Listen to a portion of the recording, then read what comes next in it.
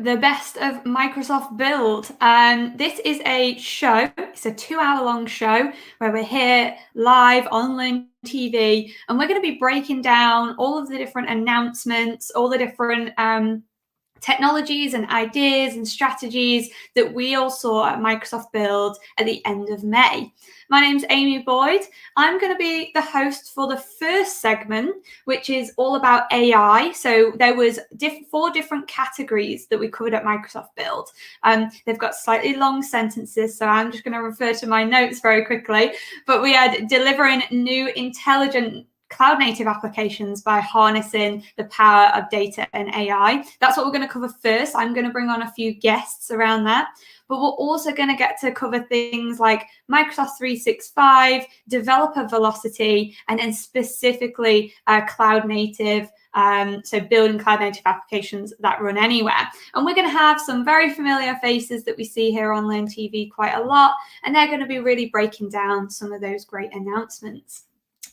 Now, that gives you a context of what the best of Microsoft Build is. And so in this first session for 30 minutes, we're going to be covering all things AI that got announced at Microsoft Build. Now, there was quite a few things. So I have actually brought a few friends on with me to kind of break down a few of these different segments.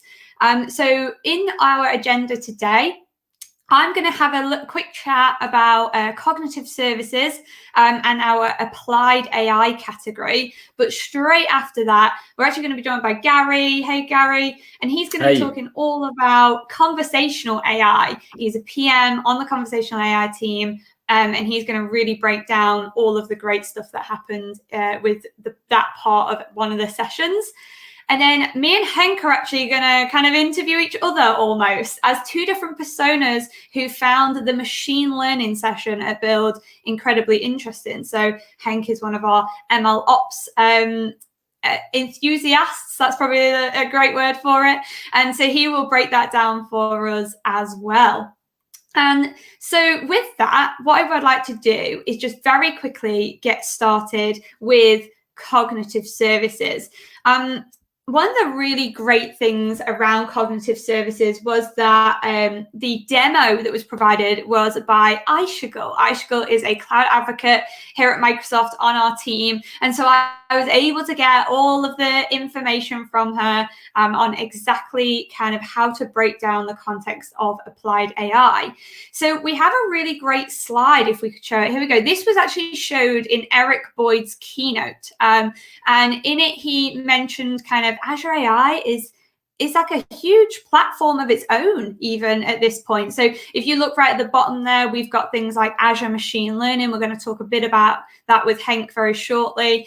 As we move up the scale here, we start to talk about Azure Cognitive Services. Some of you may be very familiar with cognitive services, these pre-packaged intelligent APIs that let you do things with language, text, vision, decision, speech, all the great things. But they have, each one of these categories has so many different things you can do underneath.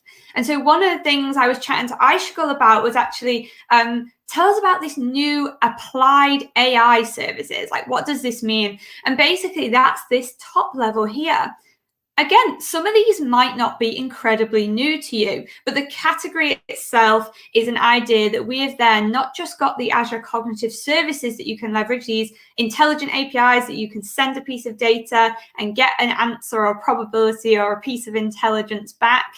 Actually, now what we're doing is we're seeing these scenarios that everyone is needing out there. So whether it's analyzing video, analyzing metrics that are coming from machines or coming from services, maybe it's things like recognizing forms, maybe, moving from analog, paper-based PDF into searchable information. Maybe it's something like an immersive reader that's actually incredible for accessibility needs. All of these different things are applied AI services. Now, one of the things some people might be thinking is, are the cognitive services going away? Absolutely not. The cognitive services are being built upon, right? We had that cognitive services layer and then these more specialized scenarios that sit on top of them. So that was kind of part of the coverage there that worked out really, really well. And then one of the interesting parts I found of this first session, this session with Eric Boyd, his keynote, was actually, he mentions a lot about the statistics that sit around the baseline model. So he mentions a lot of what we do actually goes on to be built. So from research into our actual session and into our services. And so one of the interesting things there is he talks about the improvements in speech models and translation. And then that's when we actually moved over and had a custom neural voice demo, and iSchool actually built that. So we've got a nice little GIF here that I broke down just so that you can get a sense of what this custom neural voice does. And basically what it is the ability, say you had like a spokesperson or something like that for your company, and it has a brand and it has a voice. People obviously can relate to that. And so you can actually build a custom neural voice that allows that to happen by uploading different data sets and then being able to build these models that can provide amazing speech capabilities. But one of the really exciting parts of that is actually not the fact that you can just build that voice. iSchool mentioned to me that actually now they can not only just do the spokesperson's voice, which is incredible on its own. Now we're adding that layer of translation. We're kind of building up all these different AI services on top of each other. And now basically we can create a voice, and we can also have that voice speak 9 different languages and 14 different locales just by providing it the training data needed in some senses, and then it translates it. So in the demo, iSchool built a custom neural voice using Eric Boyd's voice, our CVP, our Corporate Vice President of AI, and of Azure AI. And he actually then was able to not just speak in English as Eric's voice, but actually speak in Spanish and Italian at the same time. And so he shows like the ability, we hear it in the keynote, like definitely go and check out this session. It's incredibly entertaining. But one part of this that we should all immediately think about when I've just been talking about it is, how about responsible AI? Well, the responsible AI part of it, right? We don't want, for example, someone to just use my voice without my permission in some senses. And so iSchool told me all about the ways that they're making this a service that is kind of managed in that sense with responsible AI techniques. And so one of the things she mentioned was that you have to have a recorded consent. So Eric provided his recorded consent. She actually only played half of it in the demo, so it couldn't be reused, and was able to then upload that. And then from there, that's when you can actually build those different voices. So Azure, the applied AI segment was fascinating. We've broken down these different segments. We have these more specific services now that you can use, and then actually we can move on to talk more about custom neural voice and speech. And actually my next guest is going to talk a little bit about how we can apply that kind of technique, but then rounding up with responsible AI and its complete importance when we talk about anything to do with AI. So that's kind of like enough monologuing from me. Thank you, iSchool, for sharing all of that amazing information and breaking down the incredible session and the demo that she provided for Eric's keynote. But speaking of Eric's keynote, let's move on to the other part of that, actually, which focused on conversational AI. So I'd love to bring Gary onto the screen. Hey, Gary, how are you doing?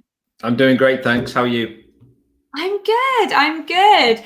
Just getting too excited. You know what I'm like about all of the different AI announcements. And specifically, conversational AI had a few different things, right? That I think I spotted the telephony capabilities, packages, all of these. Tell us, what are your top things? Tell us about it. Yeah, no, you're absolutely right. We had a bit of a bumper build this year for conversational AI, definitely our biggest release in some time. And I guess for those, just to catch those who don't know up, the conversational AI org and the org that I work in is responsible for Azure Bot Service and the Bot Framework SDK and tools like Bot Framework Composer, which we can see on the screen right now, that allows you to actually build conversational applications, or what we more commonly know as chatbots. Our focus over the last 6 months has been, how can we make it easier and simpler than ever to get started building these conversational applications? And then once you've got started, how can we make the developer experience a delight to design and test and then iterate on your bot? So we've done a number of things. So let me try and break a few of those things down.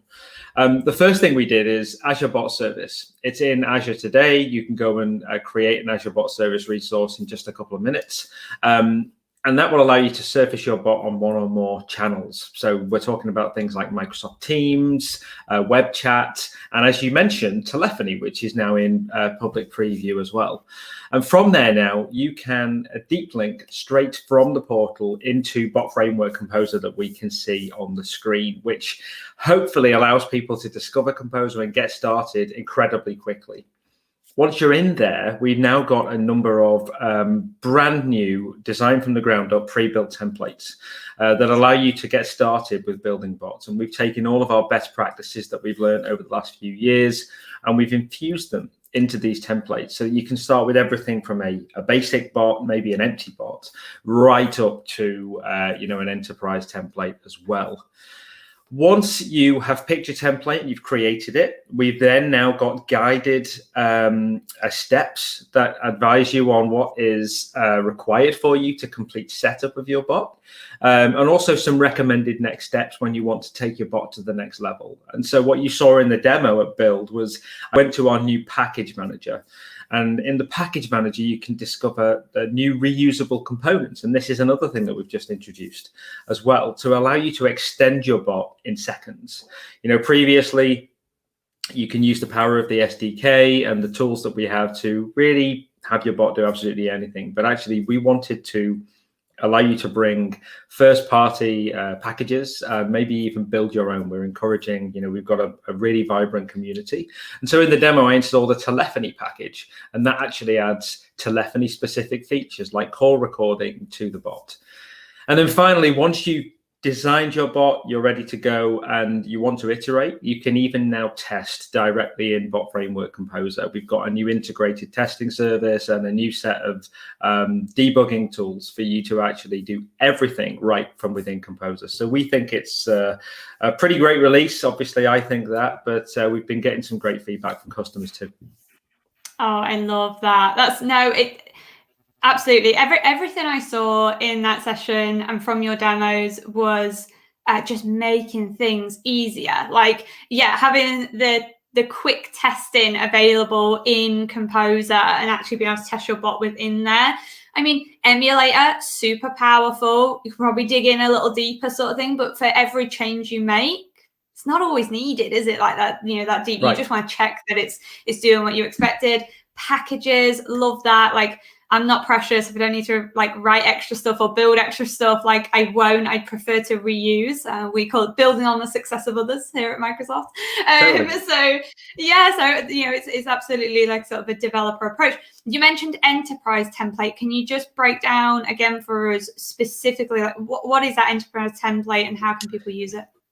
Yeah, great question. So as I said, we've got a number of templates, and they start from an empty bot and then they go right up to our enterprise template, because ultimately, depending on your scenario, then maybe you don't want to start right at the beginning. We just said, building on the success of others. And we've had something around for a while now called our Enterprise Assistant Solution Accelerator.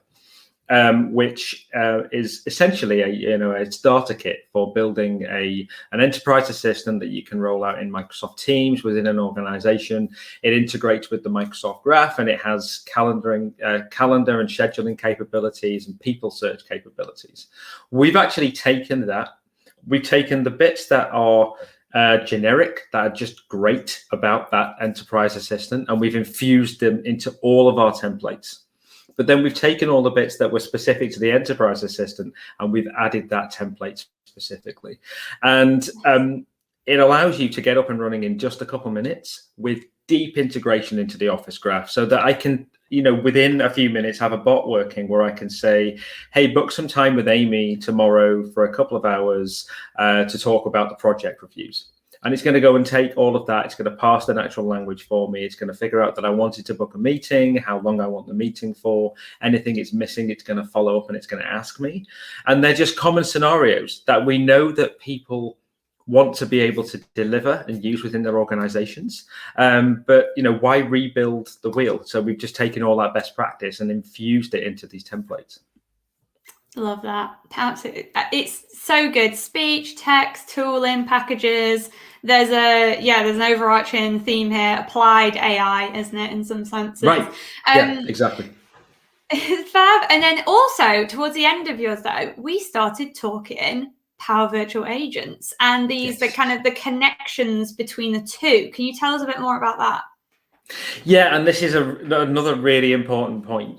People shouldn't think about Power Virtual Agents and Bot Framework as two separate products, right? We are built on top of the same architecture, the same SDK, the same framework. And we think about them as a single product. And really the point I was trying to land during the build demo is you should start where it makes sense for you, but then you can collaborate with anyone. So Power Virtual Agents is really more targeted today at citizen developers, business users. Whereas Bot Framework, SDK, and Composer is more sort of pro developer, pro code types of approach. So you can start with whichever one makes sense for you.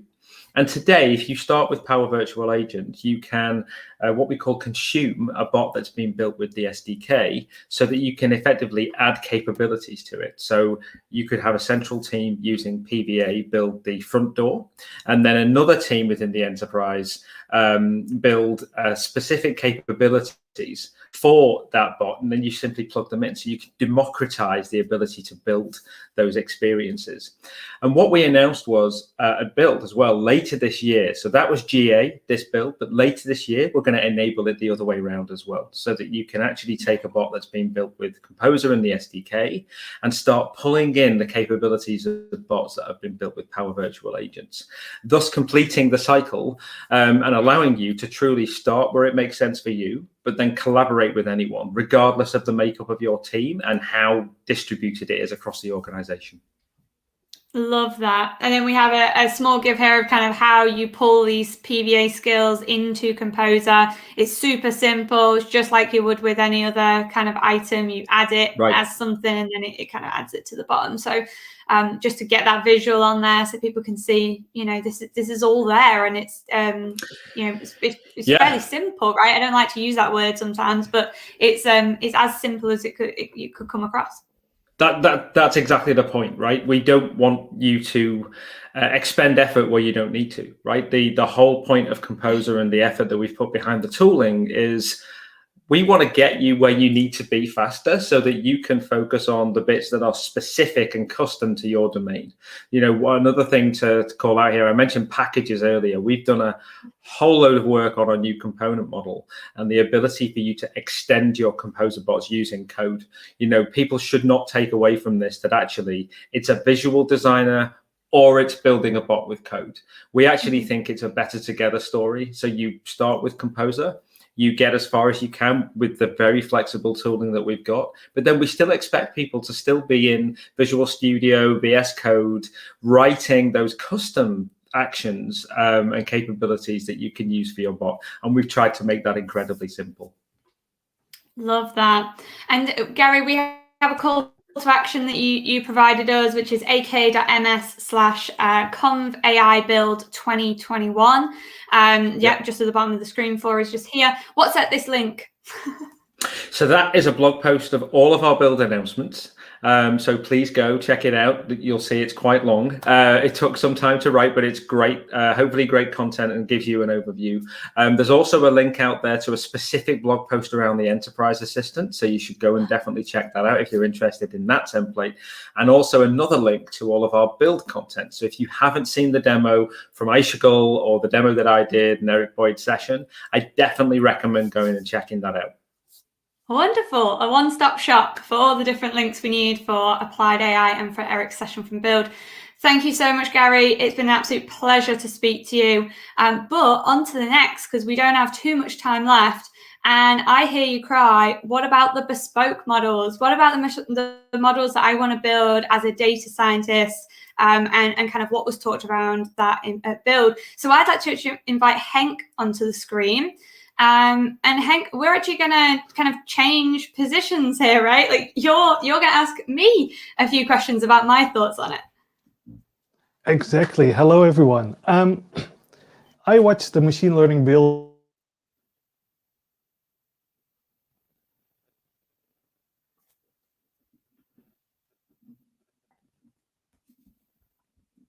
Oh, I think we might have just lost Henk. I thought it was me. That's normally the case with a live show. It's always the host that goes first. Hopefully we can bring him back on very, very shortly. But basically, me and Henk, we're going to be talking a little bit about that kind of data scientist angle. So we had another session. So there was the Applied AI session with Aishigal and Gary and Eric. And then there was another session where it was all around machine learning, Azure machine learning, building machine learning models and putting them into production. And one of the really nice bits there was kind of actually, you can go to aka.ms/BOB, best of build, -ML models, and that will actually take you to the session that's all based on machine learning specifically. We actually had Cassie, who was part of this session. She built a lot of the great demos, cover the kind of tooling side of things, which was really exciting. And one of the things that I like could not get more excited about was Jupyter variables, data frames, and notebook diffs. Now, let me break some of these down. So let's take a look at that GIF, that we just brought on the screen. And Jupyter variables, number one, if I'm in Visual remotely connect to the Azure Machine Learning Service, win, because it feels like everything's so local.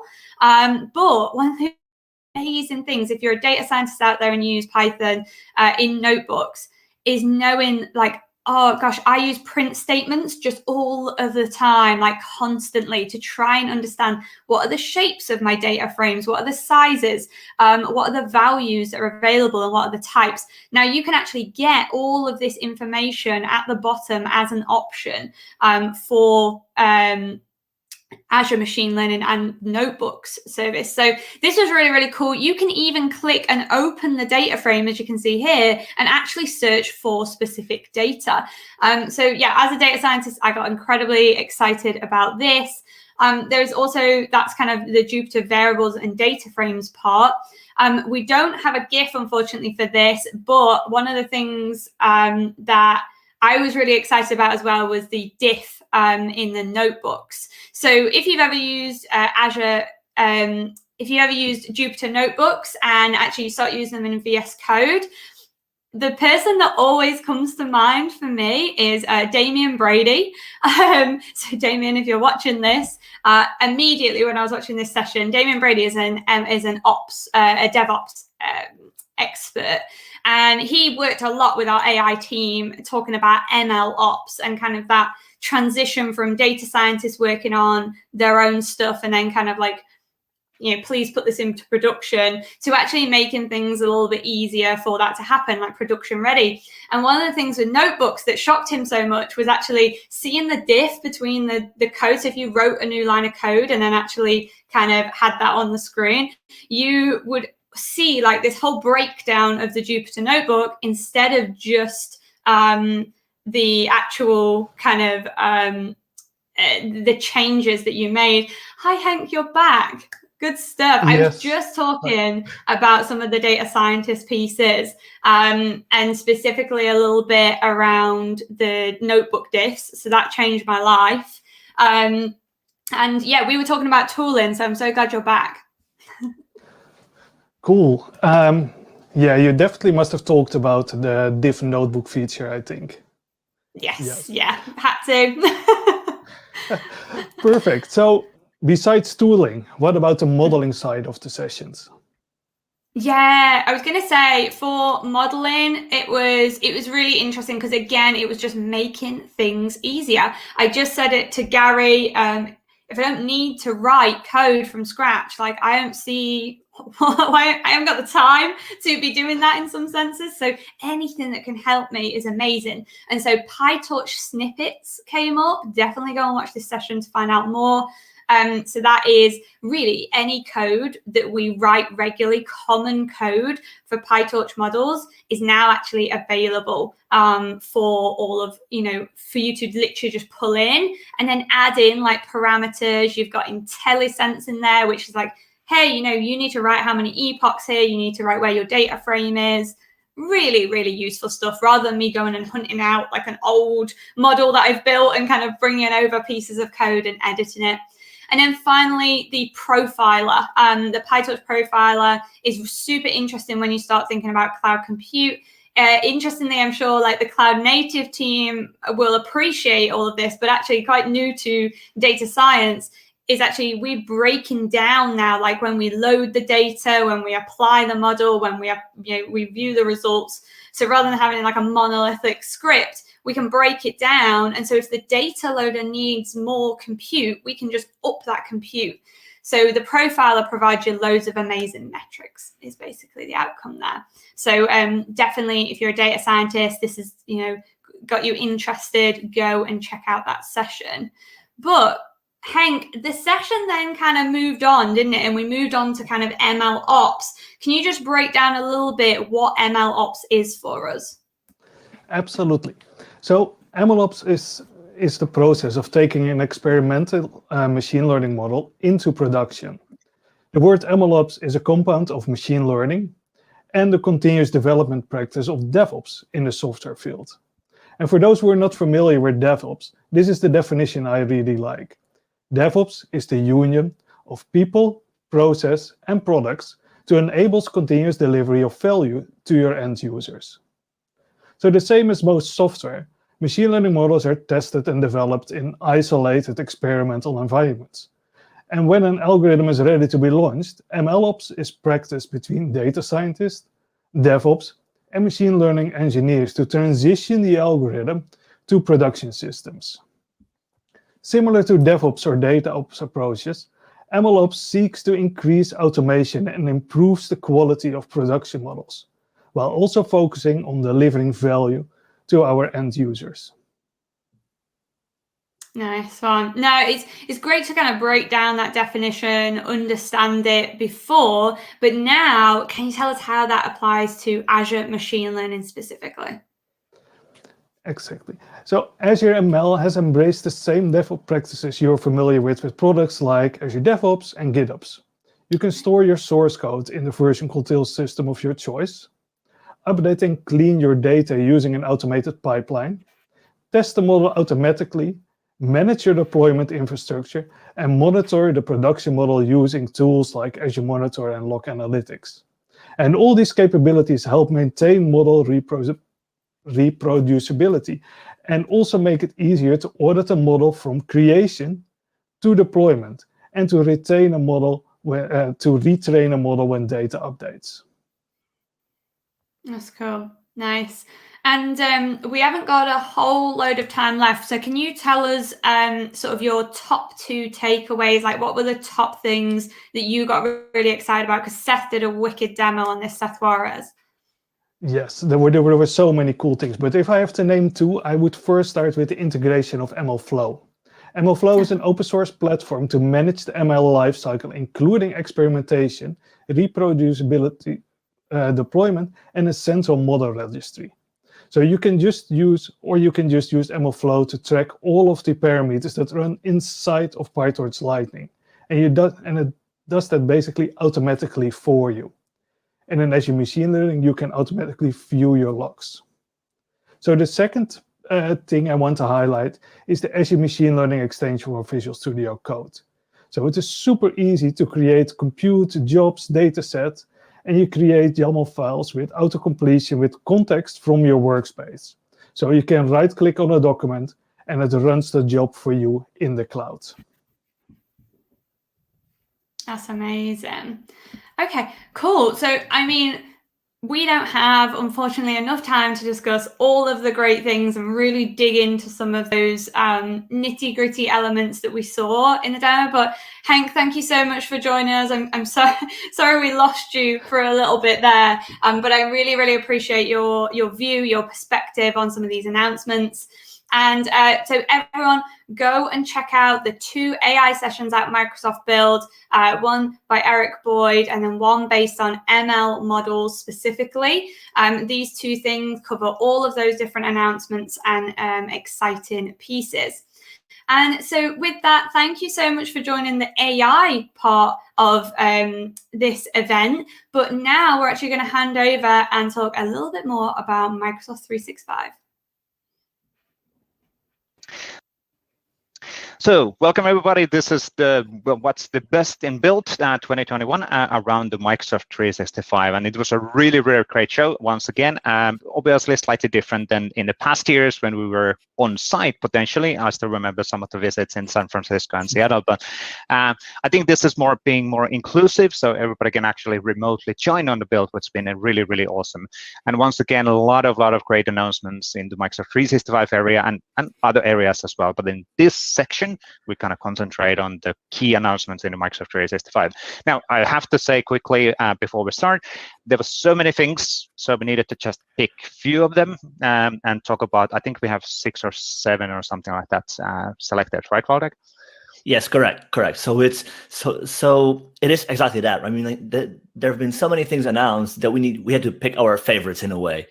Yeah. But there are definitely more things released and announced. So after this segment, also please check out the book of news.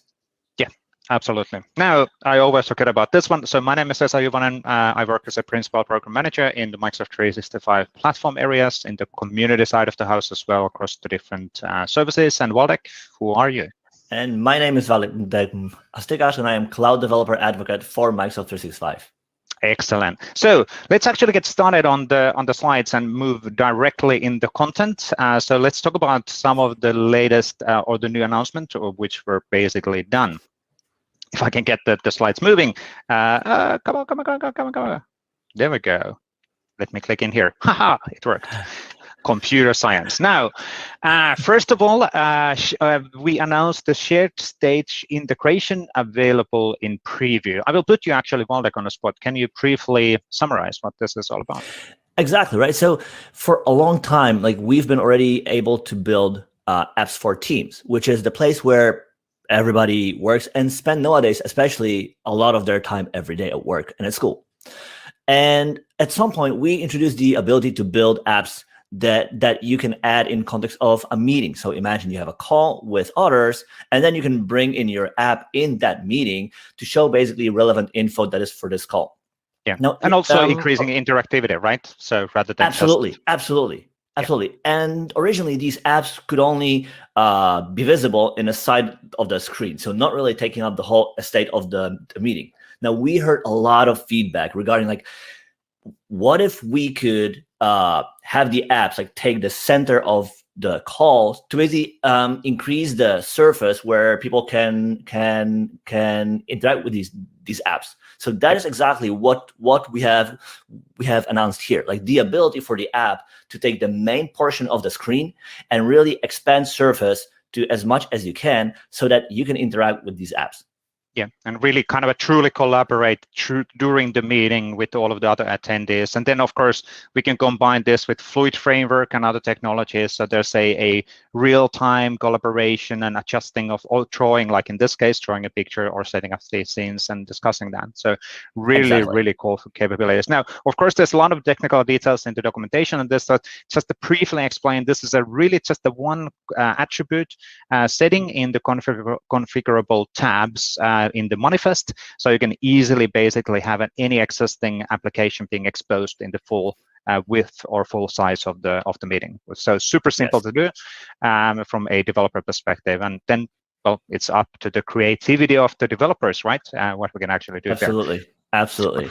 Really cool stuff. Now let's move to another one, which was really cool. Well, actually, a lot of requests related on this one. Now, is this really a developer capability?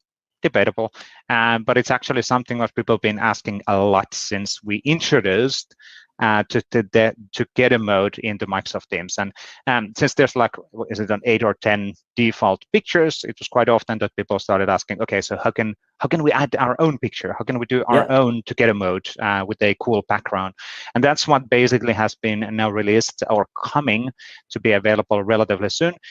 So inside of the Microsoft Teams developer portal, we'll kind of talk about that one slightly later, and you can actually design your own custom Together mode UX or experience, and you can spot where the people will be then included, and then in the meeting you'll have much more, let's say, well, it's certainly a nicer way of interacting, right? Absolutely. And with that, I wonder, like, to what point people will use that with sceneries from their offices, locations that they already know, and to bring everyone in. And maybe, like, imagine that you would have a visit to a customer so that you could bring their background and be at their location in a sense, even though everybody is at their own office at home. Or partly in hybrid scenarios. So that's actually really, really, really cool point as well. So really kind of having that personalized Together mode experience per company, per meeting, or when you're inviting people to your, let's say, meeting, you'll have the company specific branding and nice scenery on there. And looking on this picture, which seems to be from Santorini. Greece, Santorini is pretty, well, that's somehow looks like a Santorini for me. Yeah, it is. I don't think it actually is, but yeah, I get you. Yeah. Anyway, but that makes the of course the scene and the setting of the meeting a much more relaxed way as well. So really cool, and not necessarily a super developer topic, because you can just draw this and then publish them easily to your teams to be available. But it's actually taking advantage of the standard Teams application deployment mechanisms. So you are actually building a Teams application, but it's just like a no-code experience of doing that. Now, coming back on the discussion, which we kind of touched briefly already, is the real-time collaboration with Fluid components. So a few years back, we actually announced the Fluid components to be coming, and now they are in a private preview for related on the Microsoft Teams collaboration. So what it means is that we have this real-time collaboration capabilities directly in the Microsoft Meet and Microsoft Teams discussions or Microsoft Teams chats. And this is a really good GIF animation or a video related on that one. So in multiple different devices, of course, it doesn't matter which device you're using, you can access the same information. You are able to collaborate real time. And that's really, really cool. Any thoughts on this one, Waldek? Absolutely. So this is a great thing, like, for everything that requires real-time input and collaboration. Like, probably the easiest scenarios are things like taking notes, to-do actions, brainstorming, but there is so much more to it. But it still goes to the point that it's more than a screen share, right? Because when you share screen, it's just one person's screen, and then there's no easy way for others to chime in. And then especially in calls virtually, like, I don't know about you, Vesa, but I always I always see the quirks, like people trying to go rounds and then trying to find like their turn to speak, with you ending up like people talking over each other. And it's a mess. And I guess that with that, it's so much easier with things like, okay, like, let's take 2 minutes and share, like, everybody put their ideas or input or feedback, and then we can talk about it afterwards, taking them as a list, as opposed to try to give everybody equal all airtime. Yep, absolutely. And this is now in private preview. You can sign up. There's a Microsoft 365 components for it. There's an Azure components for it. So you can integrate this also outside of Microsoft 365 if you prefer to do so in your application. Also, from a scenario perspective, if somebody's thinking that, well, if you're putting that in a chat, then it gets tracked or lost in the chat. Actually, in the video, we're showing that you can pin the discussion. So that would mean that in that discussion, that would be pinned, which means that it's actually always visible when you go to the theme channel in this particular case. So it will be hanging in the start of there, so it doesn't get lost. Rather than, well, the discussions in if it's just a random discussion in Teams, it could easily get actually tracked or lost in the discussion. Discussion. How many times did I say discussion? 25? All of them. All of them. Indeed. Cool. But really cool. It's in private preview, and you can sign up for that one, AKMS Code with Fluid. So really, really cool capabilities. I have to say, was it 1.5 years ago already, we had a developer kitchen with some of our partners related on Fluid components, and there was such a huge amount of awesome innovation and ideas coming out of that dev kitchen, which are now finally getting surfaced to be available in the product as well. So really, really awesome to see this.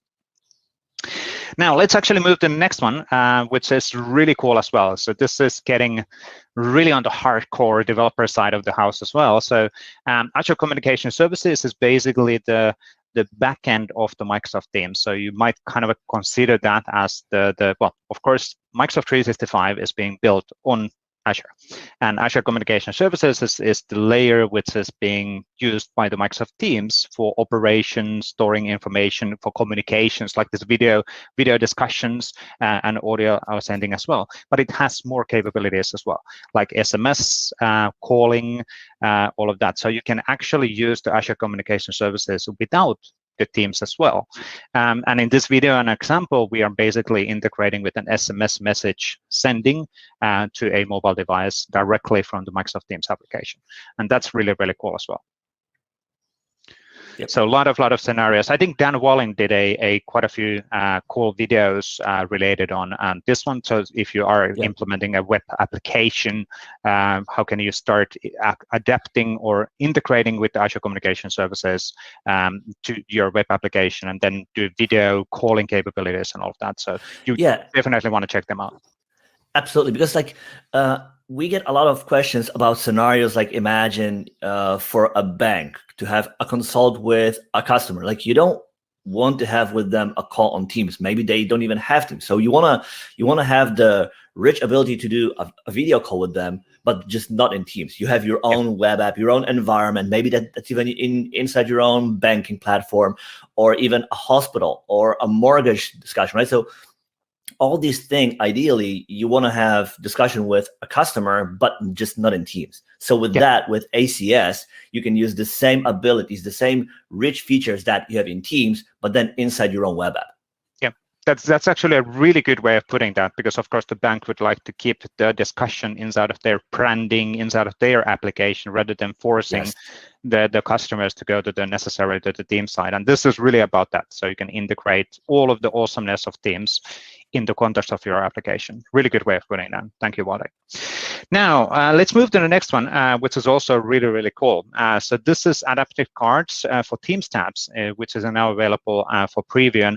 And this is really around the fact that you can build your UX experience 100% using adaptive cards, which means that you don't necessarily need to write code for the UX layer at all. And here's a good scenario. I think Loki's face is there, and Loki is one of the senior program managers in the Teams platform, showcasing the power of this one. So you can design the buttons, you can design the layout, and then behind of the scenes, there is a bot, which is basically then taking care of the transitions and actions and behavioral changes. So you still need to write code in the backend.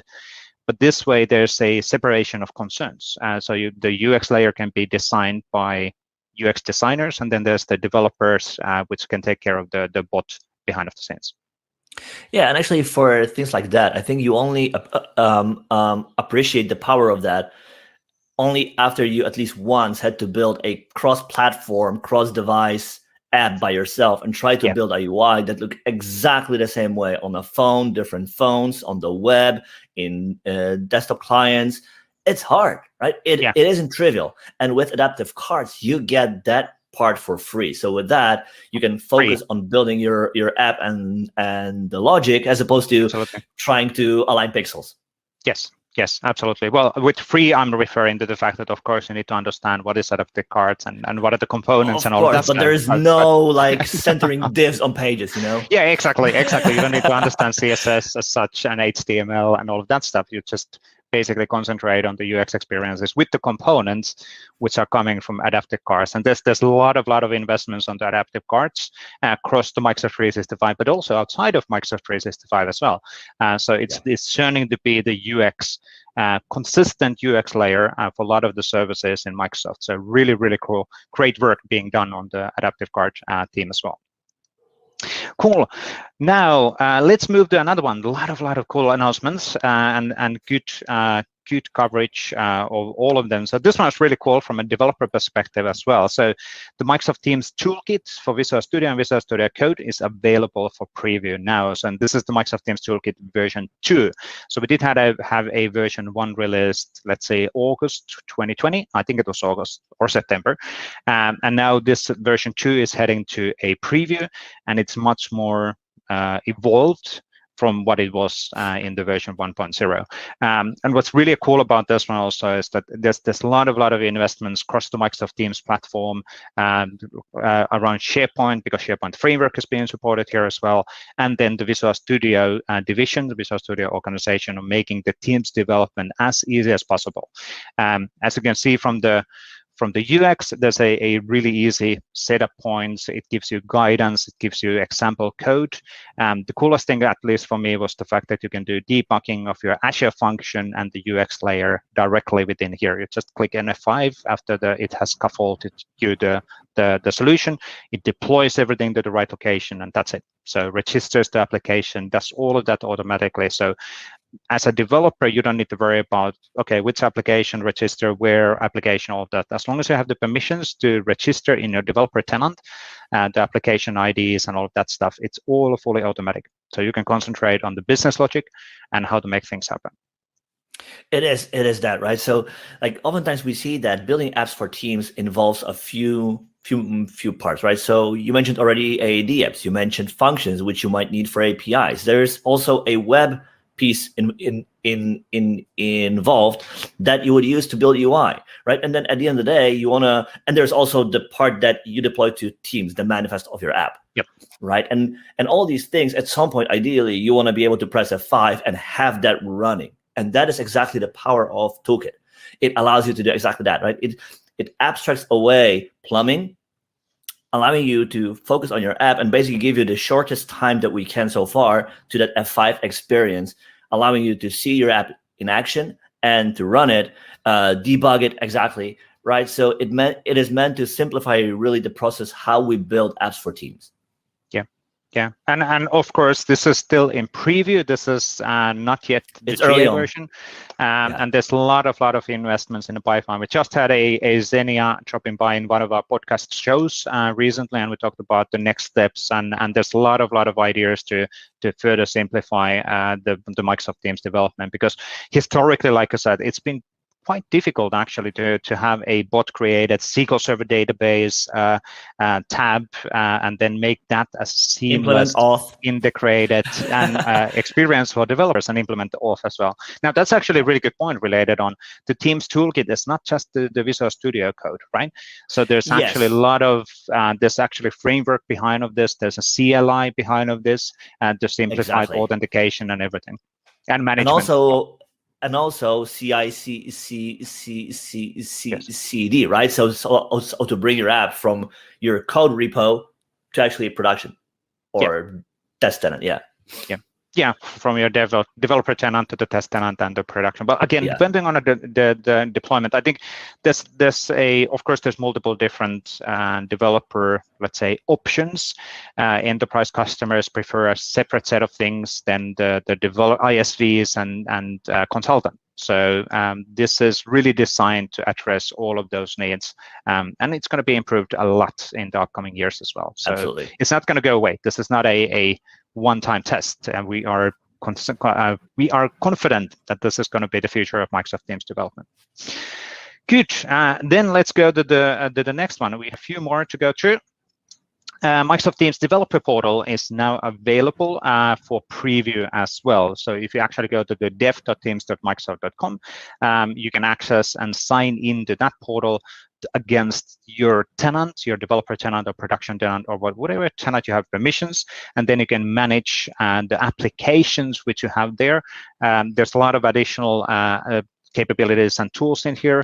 I think you referenced already this one related on the Together mode. So as an example, the Together mode, the scenes designer is in this portal as well. So you can actually find all of the guidance in there. And also it has, what was it? It's the app telemetry, the usage details, all of that is being surfaced in this portal. So if you're on the manager or IT owner or the person who's responsible of the applications in the tenant, you can from one location see all what's happening, how they're being used, which of the ones are being used. You can install, you can manage the existing solutions from one clear location. Should simplify a lot of things. So you don't have to go to the App Studio like in the past in the Teams. Exactly. So I was just about to ask that, right? So in the past, if you used App Studio, how does that differ? Is it different? Is it complementary? Is it both? Do you need to use both or not? It's the same thing, basically. It's the same. Yes. plus, right? So it's plus. Yes, yeah. absolutely. So in other words, like everything that you know from App Studio is still available here. It's actually embedded in here, plus more, right? So we have exactly the features you said. Telemetry, deployment, the usage, but also additional links like for things like UI, like how you design apps, think about apps, right? So you can access all of that from single place as opposed to have to go across few of them. Yeah, absolutely. Yeah, and this is going to be evolved a lot in the future as well. But again, if you have a look on the screenshot here, you can see that the links to the designing and building adaptive cards, the links to the documentation, links to the Teams UI Toolkit, which is a really cool additional set of reusable controls for making your Teams application looking consistent using the Fluid UI. So a lot of goodies available in this portal.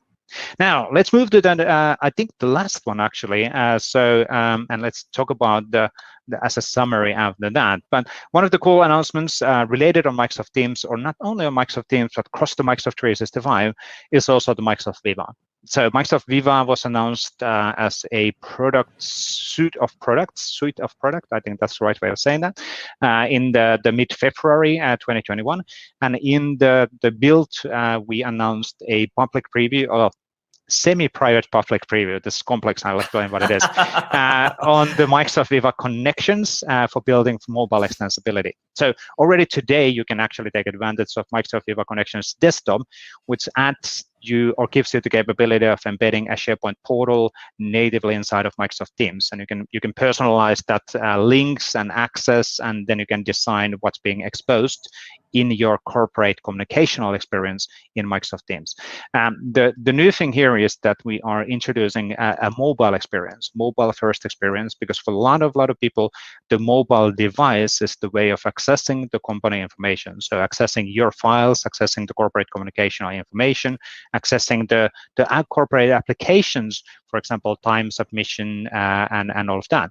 So that's why the mobile is expected to be a big growth area.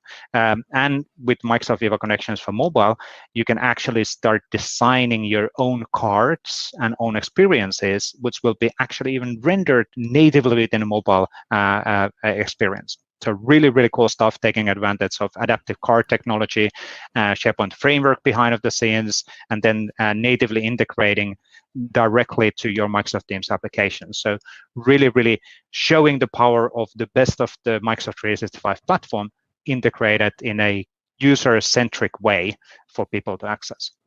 So will that require folks to learn something new, some new tech? Will there be new tool chain, new tooling for them to use?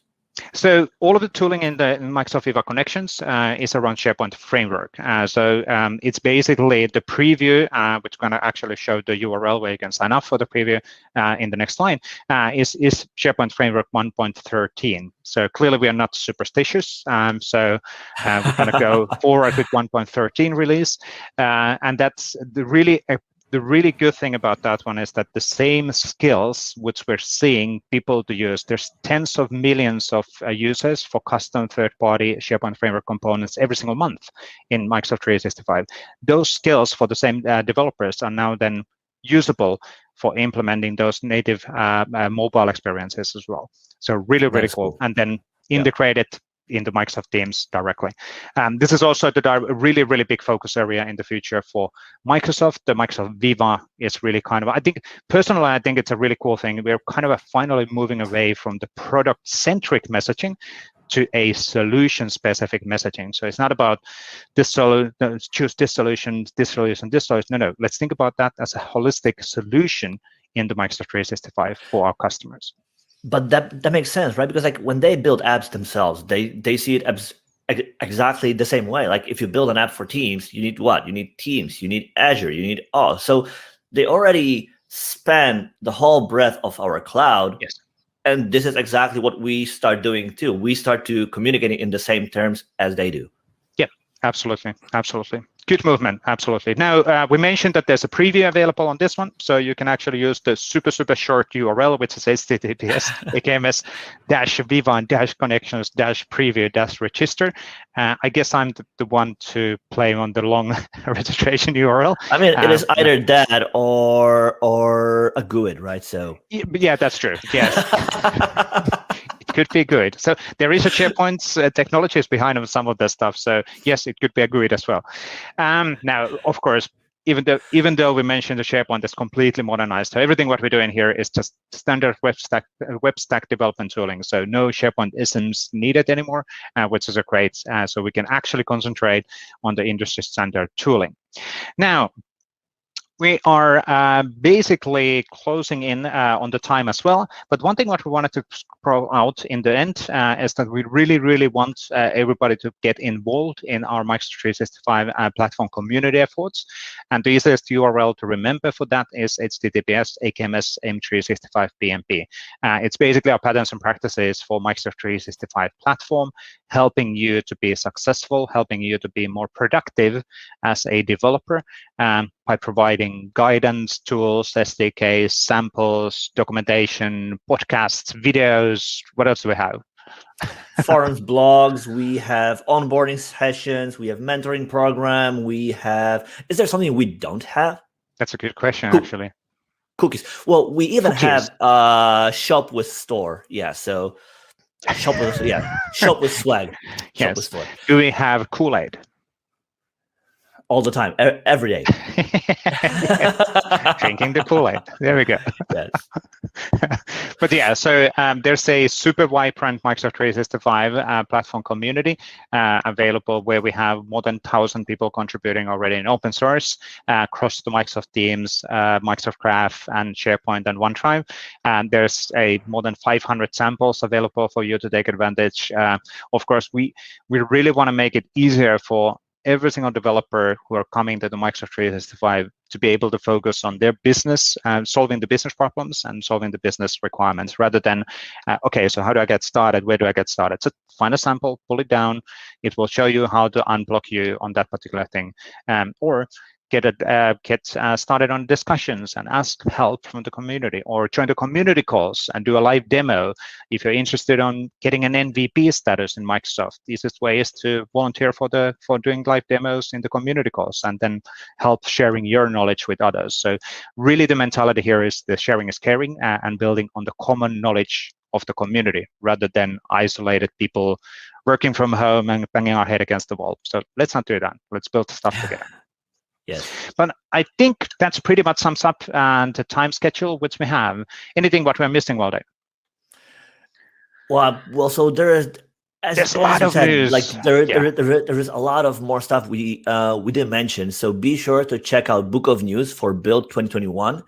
And other than that, we hope to see you online in community, one place or another. Thanks everybody for watching. Let's stay in touch.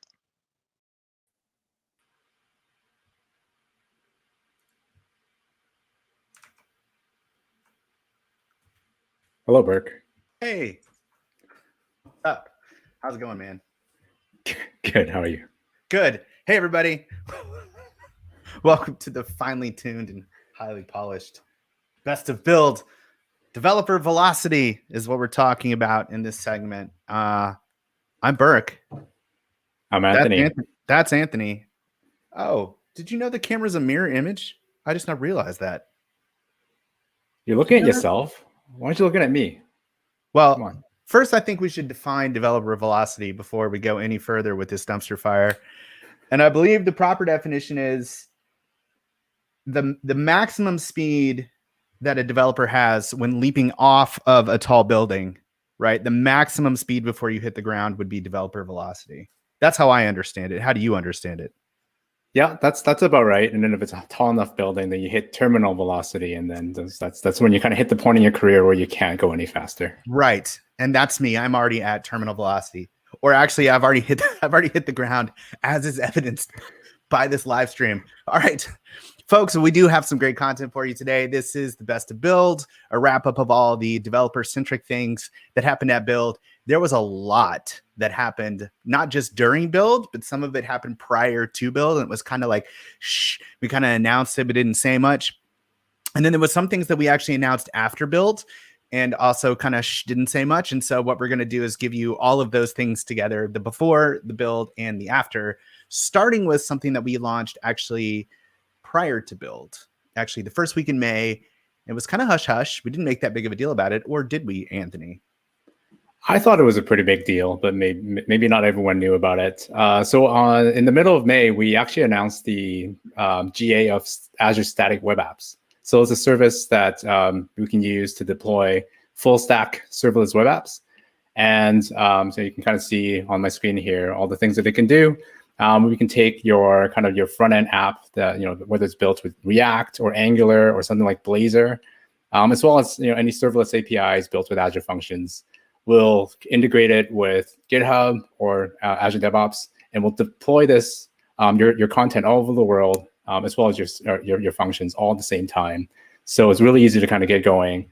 And one of the things that we announced at the GA is a new standard plan. So when we we're going through the preview, we had a free plan, and that free plan is staying around. So if you had a site deployed to the free plan, or if you want to deploy a site for free, you can deploy it forever for free. And what we added is a standard plan. So if you want to have an SLA, or to be able to go over the 100 gigabytes per month in bandwidth, as well as get access to some other kind of features that are exclusive to the standard plan.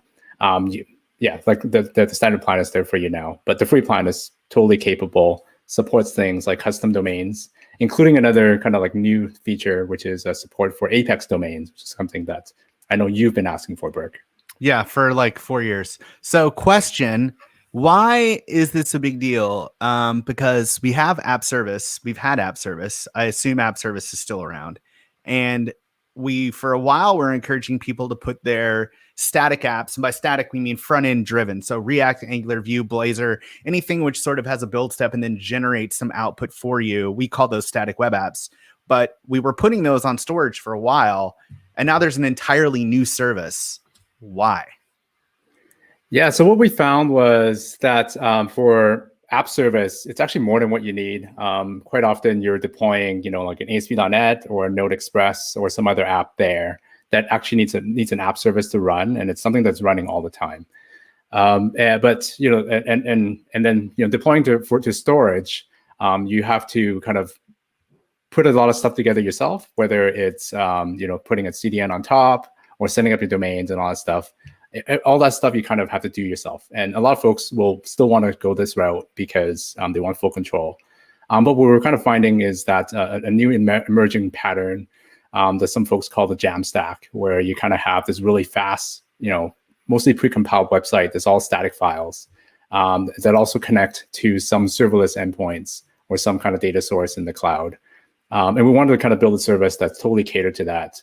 really kind of like Git centric as well, so that when we can deploy straight from your Git repo in GitHub or Azure DevOps, and soon in other places as well. Yeah. So, producer, if you want to go ahead and throw my screen up, we can actually take a look at a static web app here, one that we've got deployed. And here's the URL. Let's click on this. Do I need to control click? Oh no, we get a new screen here. I'm going to back out of this a little bit. But you'll notice there was a bit of a delay there while it was getting some data from the database. It's kind of simple. It is built with React. We can log in, go through an auth flow here where we're granting consent. And all of this is powered by static web apps. And if I was in the right role, I would be able to do a new blog post, but I'm not. And so the kind of cool thing about static web apps that these other services like App Service and storage didn't do, although App Service kind of does this now with the new deployment center, is that when you create this, it generates an actions file for you. So it's actually in the repo here in the workflows. Oh, and my browser's locked up. It's been doing this recently. But you get a workflow file, an actions file, and then it automatically deploys your app. It does the build and the deployment. So you check into GitHub and it takes care of sort of the CI/CD, which is kind of like the magic behind the scenes. And then there's this idea of having Azure Functions as the API for these things. And the reason for that is that functions are particularly well suited for APIs because it's easy to stand up HTTP endpoints and because serverless is cheap, if not darn near free, right? And so there's sort of a cost element here, and then there's the lightweight element. And so the way that we do this is if we have a project like this one here, the application itself, and we'll give you the source code for this little blog app, but the source code itself sits inside of a project, and this is just a React project, right? So I just did create React app, and then this is what it gave me, aside from this API folder, but just hold on to that for a second. And then inside of there, we have the React app. So if you do React, this looks familiar to you. If you don't, that doesn't, but you can imagine Angular or Vue or something else here instead. And then by adding an API folder, we sort of allow you to embed an Azure Functions project inside of your application and define some endpoints. And so historically, the problem has been here is that you can run the front end, which we could do with let's just, I tell you what, let's just start over. Let's just delete these terminals here. Right, so you could start this with npm start. And that would start the front end. Let me close this. Starts the little React development server. And then it's running on localhost 3000. So if we click on this, it's up, but it's not pulling any data in because we haven't started the API. So we have to start that too. So we can do that from here, attached to node functions. And again, this is all configured for you when you create the static web app. But now we have our functions running. And if you've used functions before, this looks familiar. And now we want to call these endpoints from this application. But the problem is that, how do you do that? So for instance, if we're calling for our posts, which I think happens over here in post, we're doing a fetch at the very start here, /API, but these two things are running in two separate places, right? The front end's running on localhost 3000 and the back end's running on localhost 7071 here. And so if we refresh, this doesn't work. And if we actually look at the network requests here, like we can look when it calls for posts here, it's just returning the actual application itself, right? Because React doesn't know what it doesn't know this URL. This /API means nothing to React. And so we need a way for this to run locally the same way that it does when you put it in static web apps, because in static web apps, we map this API folder for you. So when you call /API, you actually get your functions endpoints.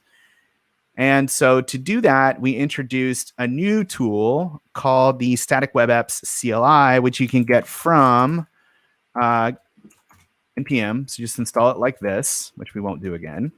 And then you can start this thing. Hold on. There we go. So just do swa start. And then you can see I'm specifying localhost 3000 and then the folder for the API. And my API is already running, so I actually don't know what will happen if I do this. Oh, it just fires right up. And then let's click on this URL here.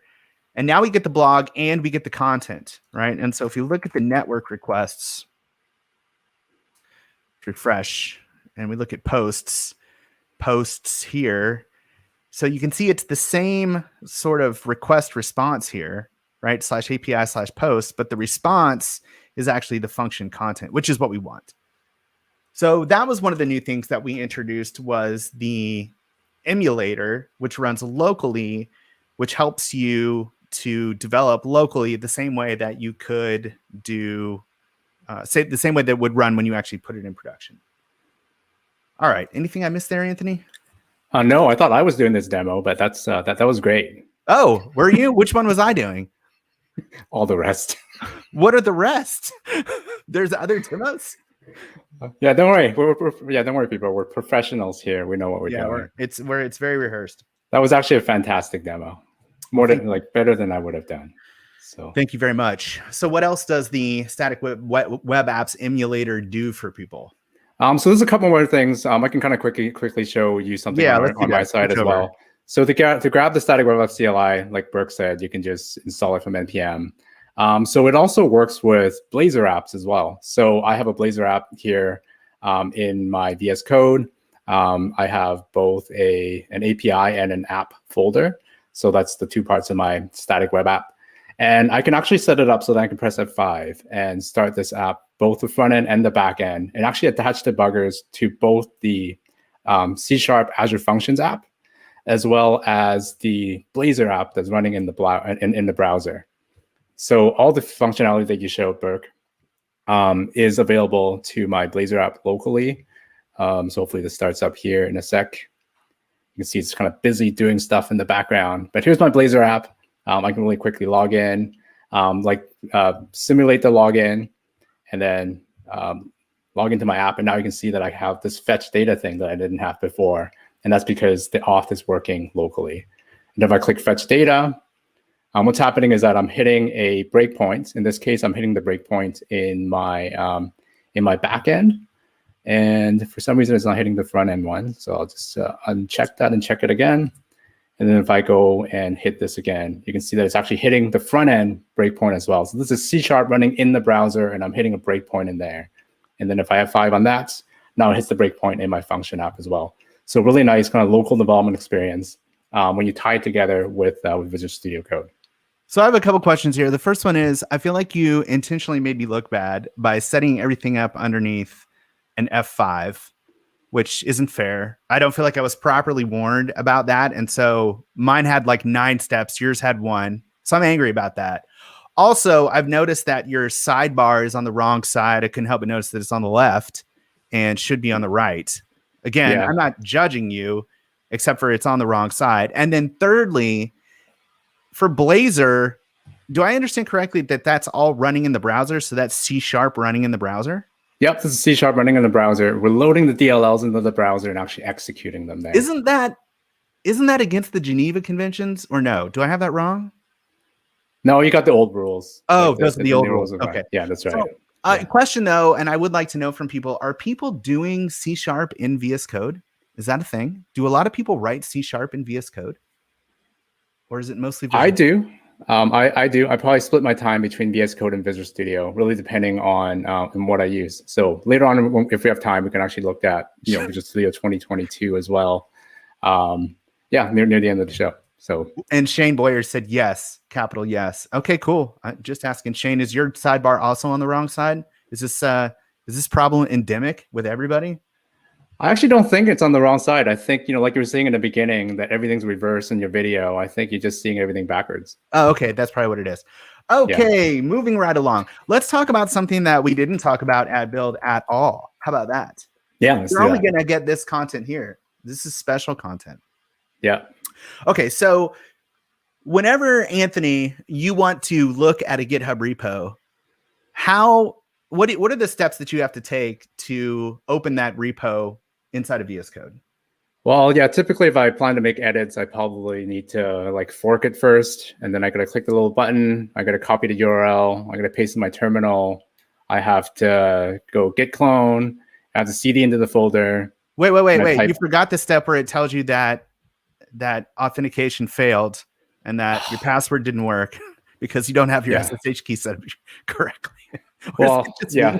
I have a really simple password setup, so that's not a problem for me. It's just password 123. It's and then literally every time for me. I cannot fix that problem and make it go away permanently.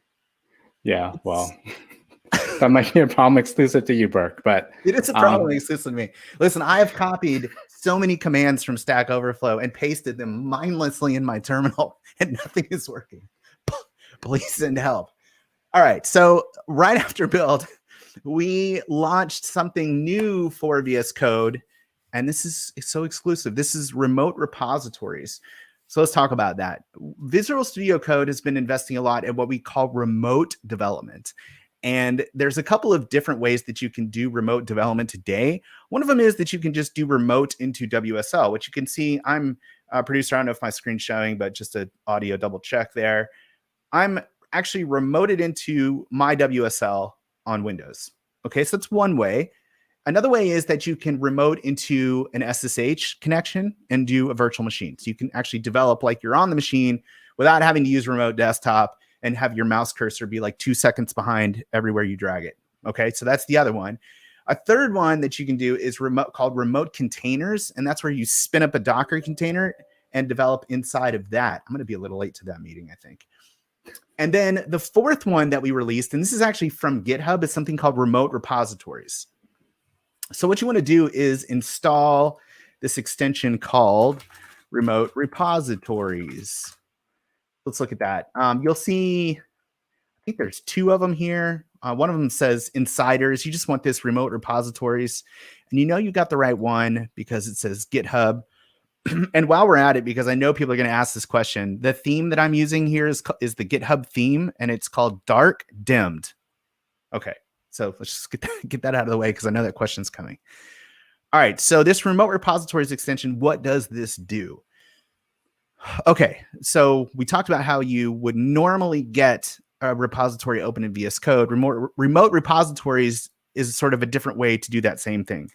So what we would do is open the command palette, or you can actually click down here, and we can look for open remote repository in this menu. And then when we do that, it wants to know, okay, where? And so we're going to say from GitHub.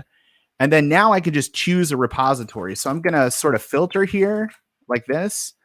And oh, that's right. I have an issue on mine, probably the same login issue. I'll tell you what, let's find a GitHub repo. Like, let's see here. Let's go github.com. Then let's do so here's one, Sunrise Stand Up, which is a demo that we did for build. So if we wanted to open this, we can just come here and say open remote repository, and then it automatically pastes that in there because it knows that's on my clipboard. Then I'm going to hit enter, and what's going to happen here is it's going to open this project in VS Code, but I don't have this project locally, right? So I never did a clone. That just didn't happen. And then when it comes up, you'll notice that we get this restricted mode dialog. So there's a banner at the top. It says restricted mode is intended for safe code browsing. And then it's down here again. And you'll actually see this for any repository that you open, whether it's remote repositories or you do it locally. And this is something called trusted workspaces. And we'll talk about this in a minute, but you're going to see this from now on all the time. And you may wonder, why is it telling me this? And we'll talk about that. But for remote repositories here, you can see that we're now connected to GitHub. And we're looking at, it says some features are not available for resources located on a virtual file system. So what does that mean? Well, what this means is that we don't actually have this project cloned locally. Okay, we're looking at it directly on GitHub through the window of VS Code. How does that work? Well, for a long time, VS Code has had this thing called the File System Provider API. And what you can do is you can map that provider to your API, in this case, the GitHub API, and that gives us what we call a virtual file system. So let's look through some of these. You can see as I expand, I don't know if you saw that, but it actually takes just a half second the first time because it's actually pulling the stuff in from the API. And then if I open this file here, this is all us just talking to the GitHub API over the internet, right? Not local. I don't have these files cloned. And I can see all of the code and I can browse it, right? So a lot of the stuff that I would do locally in VS Code still works in remote repositories. So for instance, like it knows, because VS Code knows about the JavaScript API, it knows about fetch, right? And it can give us IntelliSense there. But it doesn't know about our code. So for instance, like, so this use effect is a common React thing, right? So if we do use effect here, and then we hit the parens, right? There's no IntelliSense for us there because this actually comes from the React NPM package. And in GitHub, you don't put your NPM packages in GitHub. So they're not, unless you're me 10 years ago, and then you do it with every project and people scream at you. But it doesn't know about your code because it can't inspect your files. So generally, what is this good for? Well, it's good for browsing GitHub repos very quickly. It's good for making quick changes, specifically if you're doing Markdown, right? So if you wanted to come in and make some change here, you know, you get the nice Markdown preview. That looks good. You can make the change. And then what's kind of important to note here is that since you are editing on GitHub, if you click save, you'll see over here on the side that we have one change to the README file. And we can stage this, right? Update the README. And then we can commit it. But if we do this, just like if we're actually editing this file on GitHub, it's automatically saved, right? So there's no push. Normally you'd come down here and say push. There's no push, right? You're already on GitHub. And actually, you don't even have to save this file. As soon as you make the changes, they're reflected here, right? And then you can just go ahead and commit. So it's really good for very quick editing on GitHub as well. And then the last one is that it's very good for reviewing pull requests. One of the options that you may have seen here, so let's go ahead and close this remote workspace and then open one. So one of the options here is to, let's see here. Oh, it's activating. Give it a second. One of the options that we should have here is to open a pull request here from GitHub, right? And then we could find a repo and open a pull request on that repo and then review it right here in remote repositories. So for instance, like somebody added React DOM to my simple React snippet. So let's just open this, right? We're just going to look at this pull request. That's all we're doing. And again, I don't have this local. We're just looking at it directly on GitHub. And then it should, let's see. Yeah, we're on the feature import React DOM here. And then we could examine this pull request and see what the actual changes are here and jump directly to the PR. And this is from February. I probably should get on this. So that's sorry, folks. They only reminded you 3 times. This is the beauty of open source. You make something and then you just forget about it and don't do anything else. And everybody. I think that person's already forked a repo and now theirs is the official one. It's terrible. I should not be allowed to do open source. I'm the worst maintainer of all time. Okay, let's talk about something else here, which we talked about a little bit, which was, what's one we can do that I haven't been in before. Let's go into Shane's folder here. Yeah, this is a tool that we use internally. I'm going to open this and hopefully I haven't trusted this yet.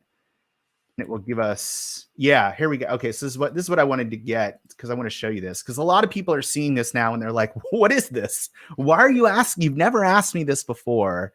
Why are you asking me this?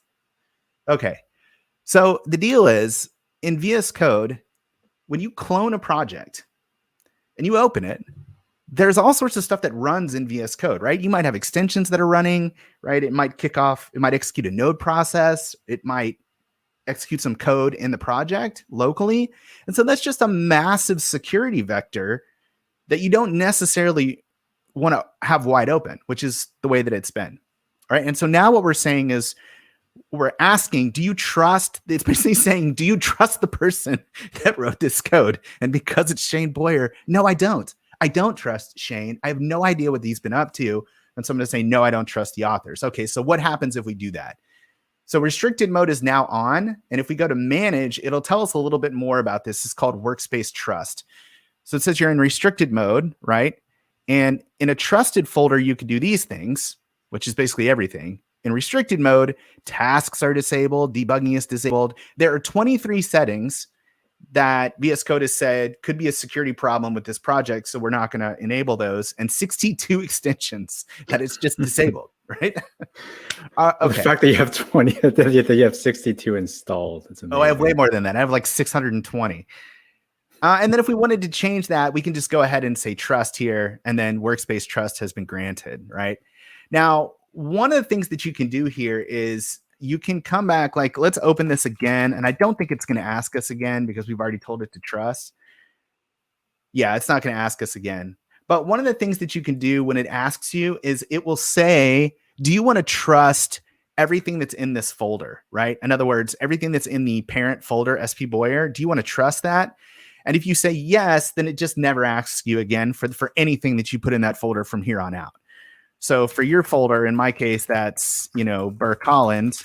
If I open anything in this, so let's do what is API. I don't even know what this folder has in it. I think I've already set it for this folder, and it shouldn't ask me about it. Oh, it does. So let's see here. Looks, where's the checkbox? I feel like the checkbox to trust the entire folder has been gone. Okay, so it's in there somewhere. I'm not exactly sure where, but those are the trusted workspace settings. I have to go find it now. Those are the trusted workspace settings. And if you use VS Code, you're going to see that. No, it's not just you. It's something that's new. We hope that you will opt into to opening your projects in a trusted environment if you're not sure the first time you open them. But besides just, sort of blindly trusting everything, opt into a trusted workspace setting and then go to or opt into safe workspace settings and then opt into trusted once you feel like you're good to go. Those are safety first. Always. Okay, I feel like I'm doing all the talking. Why don't you do some talking? All right, we can spend a couple minutes talking about some new features in Visual Studio. How about we that? Probably should do that. The Visual Studio people are going to be mad. They're not going to be mad. They're nice people. They're going to be mad at you, not me. Oh yeah, that's true. So yeah, let's get to it then. So Visual Studio 2022 was announced at Build and actually just came out like a few days ago in preview 1. So if you all haven't checked it out yet, go ahead and download it and try it out. So there's some kind of new stuff in it. One of the big ones is actually Visual Studio 2022 is now 64-bit. This might not sound like it's that important, but it's twice as many bits as before. And wait. What does that do for me as a developer? Do I get to open files that are twice as big? Like, what is the advantage? Yeah, so you can actually open like ginormous projects now. You can actually see this little video here where they're actually opening up a solution that's got 1,600 projects in it. I don't know how somebody would have this many projects in a solution, but now it's able to do that, and it's able to do that super fast because it can go over the the 4 gigabytes of memory that the 32-bit apps have access to. Wow! So just load every project you've ever written in Visual Studio at once. So this person just basically git cloned all of GitHub and they opened it. So that's kind of how it works. There's some stuff with like inclusive design as well, like giving you insights into accessibility.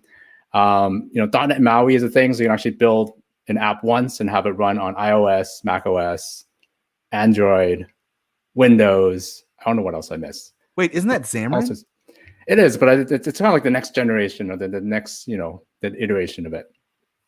And then one kind of like final thing or not one final thing, but one additional thing that I thought was super interesting is this thing called like IntelliCode that's built into VS 2022 as well.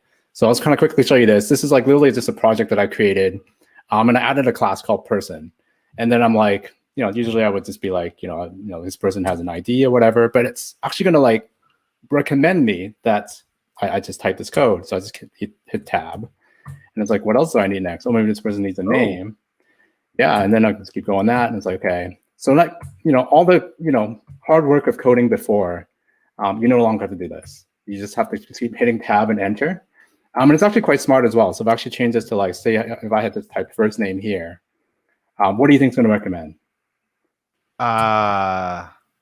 Last name. Yeah, so it's actually going to recommend last name. So it's actually learned from like many projects that's in GitHub, and using the power of AI. So AI is everywhere, and it's actually really kind of making it much easier to code. I can write an entire app now just by pressing enter and tab. That's pretty cool. I know that IntelliCode also works really well. So the most applicable use case for this for JavaScript or TypeScript is that it'll format your dates for you, which is a huge nightmare in JavaScript. I don't know if it's the same way in .NET, but IntelliCode does that, which is kind of rad. Like you can just type out, I want it the format to look like this, like May 10th, 2021, and it will put the format code in there for you, which is rad.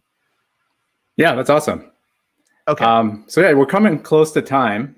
Do we want to kind of just talk about where we can get the links from all the stuff we shared today? Yeah, kind of producer, do you have our call to action, as they say in the biz? I think it's supposed to be down at the bottom. I don't know. If not, you can just read it out, Burke. Nope. Dimitri's like, no, I don't. That's on you. Can I change? Watch this. So just do this. Watch my name. So go to the urls.com/best of build. Right now it's there. Okay. Easy peasy. And you'll have all the links to everything that we talked about. There's a good wrap-up blog post on the Visual Studio Code blogs that has all of the sessions. Yeah, there it is. Man, Dimitri's on it. Anything on your side, Anthony, that you want people to know about specifically? No, I think we talked about everything. All the links are on that page. Okay, that's it. We're out of time, and they're never going to have us back. I think that was for certain within 2 minutes of us starting this stream. Right. When everybody dropped. Okay. What do we do now? You just take us off the air permanently? Yeah, I think we just disappear. Oh my gosh. Wow. Yeah, I'm still here. What's up, people? And Burke is gone already. Well, hello, everyone. This is Best of Build, and we are going to talk. Well, what are we going to talk about, Frank? Frank, mute. Mute, Frank, unmute. Here you go. Someone muted me. All right, so Frank, so good to have you here. What are we going to talk about? I think it's an easy guess to say cloud native, but what's cloud native? It's a great question. And to talk about that, we are here. We have half an hour. My name is Laurent Bugnon. I'm a cloud advocate. And with me, I have Frank. That can now speak. So I'm also a cloud advocate working with Laurent. Absolutely. And yes, cloud native, this is a great question. What do we mean when we say cloud native? It's one of those buzzwords, a little bit like serverless, a few years ago, right? So I think it's worth maybe recapping a little bit and reminding people that we have a few places that you can put things in the cloud, right? We have infrastructure as a service, IaaS. And then we have, which is essentially virtual machines, so basically big PCs running in the cloud, right? And then we have at the other end, we have something that we call SaaS, software as a service, which is essentially it's, as a user, you don't worry about anything. It's like Word in the cloud or Excel in the cloud, right? Which you open in a web browser. And somewhere in the middle, we have kind of the sweet spot, at least for me as a developer, that's a little bit how I feel. This is PaaS, platform as a service. And this is really where we have things like, for example, app services, which are going to run web servers, okay? And then we are going to have also things like Azure Functions, for example. This is more serverless. Let's talk about that in a second. And we have maybe Azure SQL database also. So all things running as a service. And that is really cool. As a developer, this is going to help us very easily deploy applications to the cloud, create services without having to worry too much about the server, but we still worry a little bit about it. We can still configure things. And so that's why I said it's a little bit the sweet spot. And I mentioned Azure Functions. This is something we called serverless, okay? We also consider that as cloud native. What is serverless really, Frank? Well, serverless should be named the other way around. So it should be less server. So where you think Indeed. only about a piece of code or a flow, depending on if you are on, for example, Azure Function or if you are in Logic App. This way you would just, it just get triggered by event and it just happens like that. It's scaled automatically. You just need to think about the piece of code of your piece of flow that you want. So really useful. Yeah, it's absolutely very useful. And it is a great place that we use sometimes to deploy, for example, APIs, application programming interfaces, right? Something that you can call from a client. And this client can be, for example, a JavaScript client. It can be a .NET client. If it's a rich client, it can be a Blazor client. If you do web assembly, it can be all kinds of things. And so, we already mentioned app services, we mentioned Azure Functions, serverless. We can also mention Logic Apps. Logic Apps, it's like a workflow-based application that you build with almost no code or sometimes even no code at all. We have also things like Event Grid, which allows to connect services together. We have also things like API management. And I know that, Frank, you're going to talk about API management in just a moment with Miao Jiang. And so let's talk a little bit about that. But maybe before we go there, let's watch a video that I prepared and which is talking about PaaS, about Platform as a Service, and seeing how those are being created and prepared. All right, so let's roll the video. This is here, as you can see, the Azure portal, and I'm going to start by creating a new web application. This web application is, an app service. I'm going to create a resource group where I put everything into it, because maybe later I will have also a database, etc. I give it a unique name, and here you see that I can choose a platform. And so this is really cool. When I said you worry a little bit about the server, that's what I mean. You worry about what's running about the server, but now not about patching it, about always having the latest version, all right? We are going to choose a region. Here in this case, I choose Western Europe. This is close to where I am in Switzerland. And then I'm going to create an app service plan. The app service plan is what your web server is running on, if you want. This is going to define what resource you have. For example, how much RAM, how much storage, etc., etc. There are also some free service plans for development, by the way. So here I created one, and later we'll see that you can easily change it. And then after that, I go into the deployment center. And here, this is really cool because I can, as a preview here, actually create a GitHub action, which is going to execute every time that I push some code to my GitHub repo to the main branch. So here we see the GitHub action, which is being created automatically, and it's going to commit that into my repo. And then after that, it means that for the first deployment, and then for every subsequent times that I commit, it's going to deploy automatically. Then a good practice, I'm going to enter some tags. I like to enter who created a resource like this. If you try to track later who did what, it's a little bit easier. And now I'm ready to actually create this app service. This is going to take a moment. I cut here so that we don't have to wait. The app service is created, and now we see that we have actually a URL. So I'm already ready to load this website. There is nothing. There is nothing because the action is not done running yet. So I told you that I had a repo. I actually put in this repo a very, very simple ASP.NET based web application, and my GitHub action is running. It's going to take a few moments. It's pulling actually all the dependencies. It's building on a GitHub server. And again, this is happening every time that I commit something. And now we see that this default template, the ASP.NET template, is running. Now let's take a look at some of the features of app service. So you see that you can set, for example, some custom domain. You can set up TLS SSL for HTTPS, all right, some certificates. And you can also scale up. So scale up means that you're going to change your app service plan, for example, to have more power or anything. You can also scale out. Scale out meaning I'm going to deploy the same application to multiple servers, either manually like I did before, or based on some metrics. For example, if my CPU is running too high and I need to have more servers to handle that.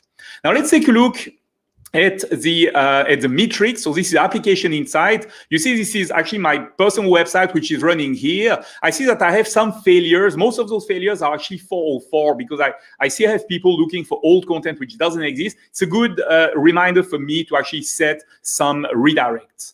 Now, Application Insight is also available for Azure Function. So here I'm in Azure Function. I can see an Azure Function application which is running. If I go here, I can see some graphs. And I also have some similar features that I have in App Service, for example, TLS SSL, etc. I also have CORS, which is, of course, a security feature. When you want to call from JavaScript, you have to set it up. Quick demo about Logic App now. You see that we have here a workflow-based programming language, I almost want to say, but of course this is no code. Here I'm going to post a message to Microsoft Teams, and we have tons of connectors. For example, I can decide here to go and to add a new connector. We have literally hundreds of connectors that you can use. And like Jeff Holland says, this is all code that I don't need to write myself, right? So this is really cool. For example, I can decide to to send a mail via my Gmail account when something happens in this Logic app. So again, something really powerful and really strong. So it was kind of a whirlwind tour, if you want, of some of the platform as a service that we have on Azure. What did you think, Frank? Did you like it? I like it. It was a lot of stuff, though. But yes, it was a nice tours. There's one thing also, we didn't mention it. I know because times was limited, but we could also use container in a... Exactly. Yeah, this is a great point. Yeah, and one thing I want to mention is that when I deployed from when I created my app service, I said I want to deploy from code, right? And so it connected to my GitHub repo. It does magic, but I could actually there also select to deploy from a container. And I believe that you have actually a guest who's going to help us understanding a little bit more about containers and all that. It's not really my specialty, but hopefully this is your guest specialty. So who do you have here? Let's bring on stage Shane to talk about containers and Kubernetes. Hello, Shane. How are you? Hey, I'm going to try and do a little bit better starting than Burke did. I'm not coming out of the gate here.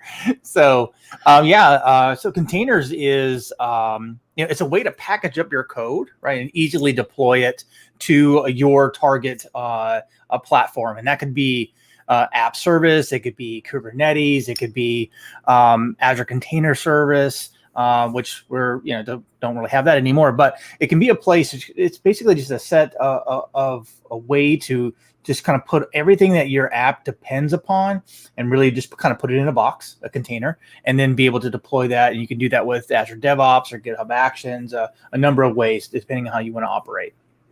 That's really cool. And like as a developer, I find that very useful because now I can share my code and I know it will easily work on my buddy machine or something like that. Yeah, I work on your machine, my machine, anybody's machine, right? Exactly the same. But let's go with a bold statement here. Like, I don't want to get in trouble, anyone.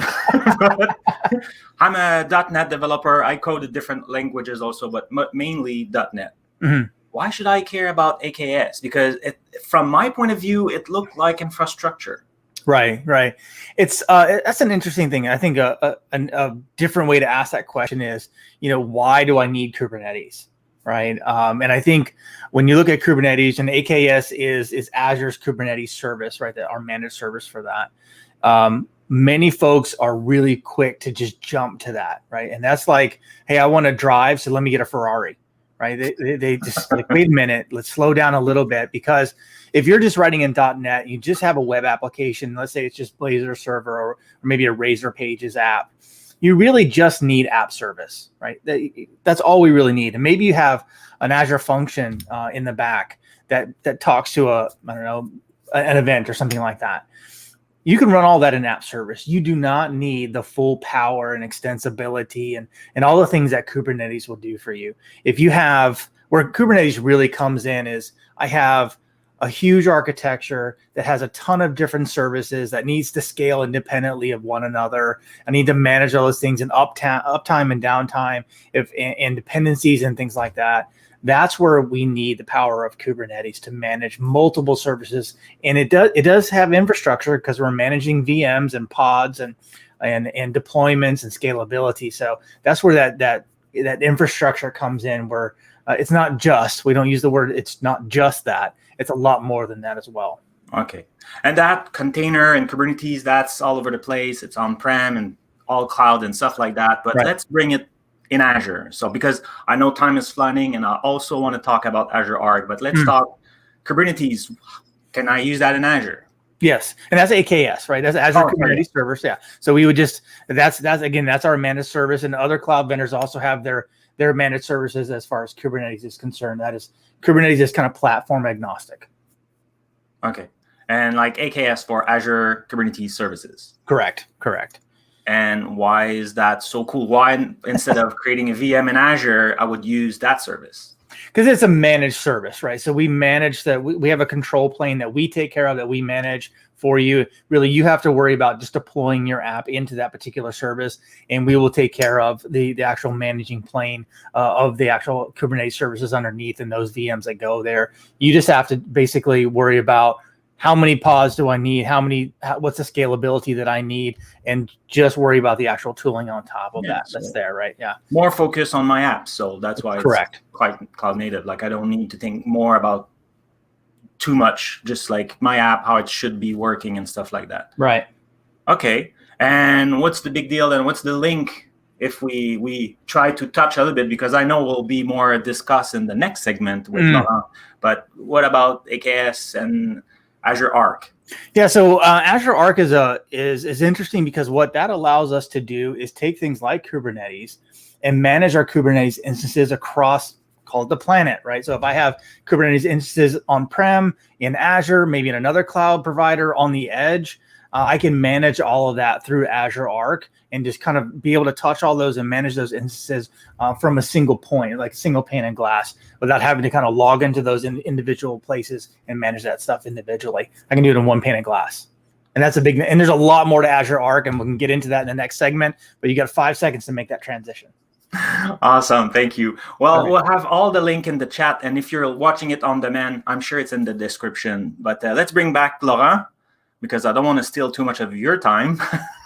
No, it's really good, and I really love this discussion. It's good sometimes to set back some how should I say, some basic understanding, and really container is super important. But now I really have something I would like to show. Maybe people who watch Build remember the famous Jeff US demo, right? So what is this demo? We are going to welcome Andrew Wetzgarth. Well, Andrew, you are a PM on Azure Arc Service team, and you are dealing with hybrid offerings. Thank you so much for joining us today.